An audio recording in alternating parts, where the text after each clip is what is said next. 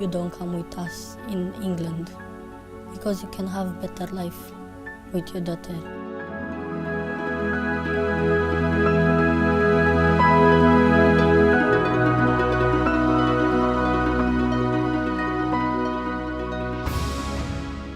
He just said, come here just working in the spa and just doing massage. I thought it's just only massage. I didn't know that he wanna put me in the spa, like prostitution. He forced me to sleep with him, and I didn't like this. He just make me do like stuff that I wouldn't do it. I did try to run away. No for trouble, just run away far away. Nobody can find me. So I decided to just stay there because I have got no choice.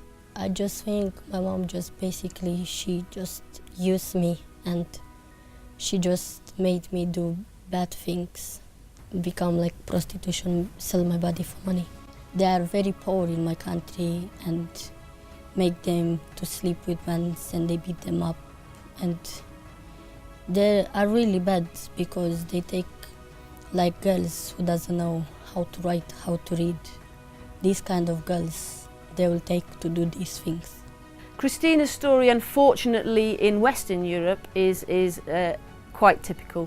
We've had a lot of family complicity in the prostitution of their children, and it is desperate situations and desperate poverty that quite often force those situations, and it's not isolated by any means. We know that there are families at the moment in cities in the UK that are prostituting their own children to gain funds because they have no recourse to public funds and they can't get themselves back home even if they wanted to. Combat stands for Combining Against Trafficking. Okay, we're an EU-funded project through what's called the Daphne funding stream. And in the EU, the Daphne funding stream funds projects that tackle violence against women and children predominantly. And trafficking victims, 75–80% of all victims are women and children. Okay, so that's why Daphne decided to fund an anti-trafficking project. CSWP headed up the bid for that and was the lead partner.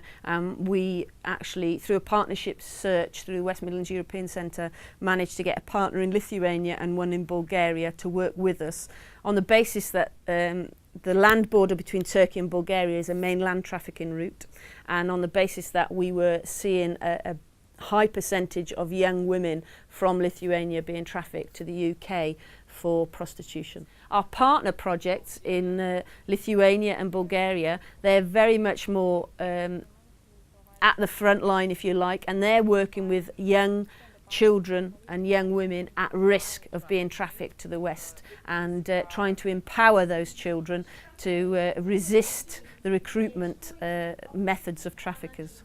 We deliver training to frontline practitioners across the three authorities, Coventry, Solihull and Warwickshire, for the Safeguarding Children's Boards. So we deliver the awareness raising training to police, social workers, youth offending team officers, and what we try and do is to make them more equipped to identify victims of trafficking and tell them what their responsibility is under the law regards protecting those victims and how they make a referral on a victim of trafficking through the national referral mechanism to the United Kingdom Human Trafficking Centre, and that is their responsibility. You know, not many people know or understand about human trafficking, and there's still a culture of disbelief. I come from a fairly a fairly stable middle class upbringing in this country, and didn't know anything about this problem. And even as a police officer for nearly 28 years, when you start talking to some of these people who've been involved in this, who we've rescued from prostitution,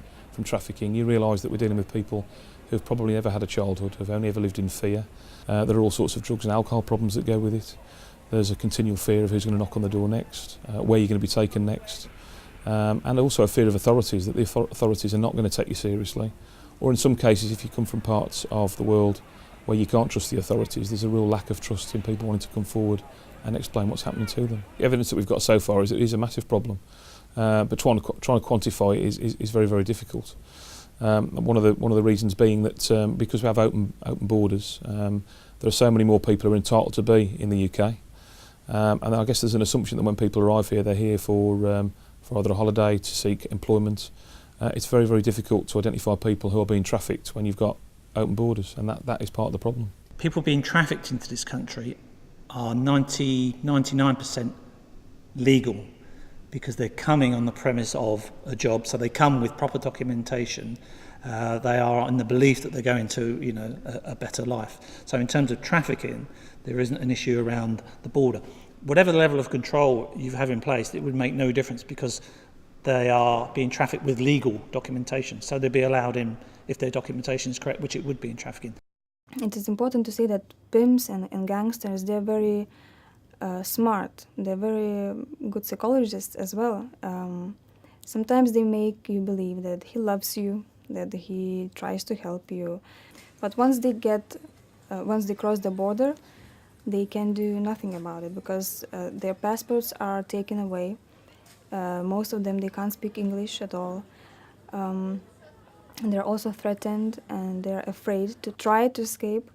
In most cases, those pimps and gangsters, they know where they live in their country. They know all their families, so they say, if you try to escape, we'll find your father, sister, or brother, and we'll kill them. So they're like sacrificing, and they're trying to save the people they love.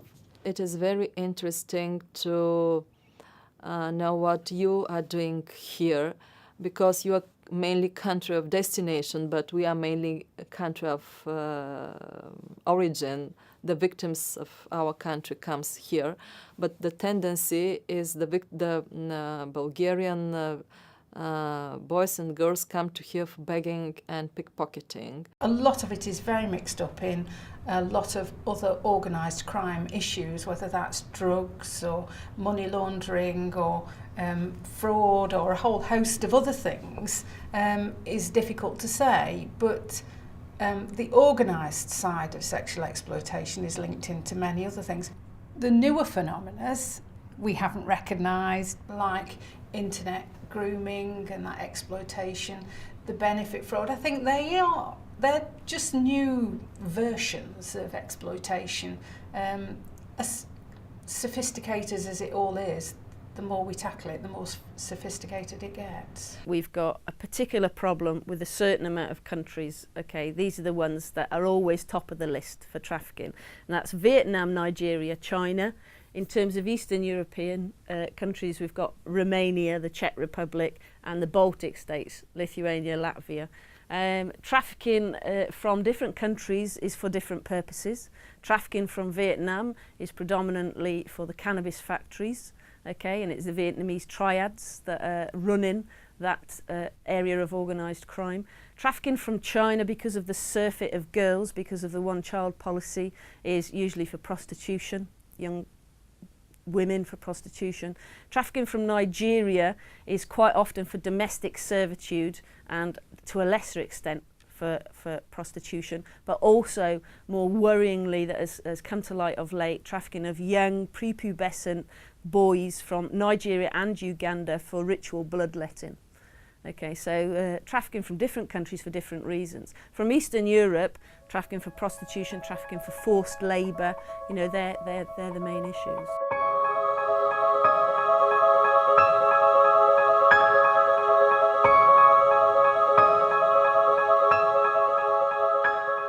We certainly have to be very much more vigilant about training up the border force in spotting situations and victims of trafficking, without a doubt.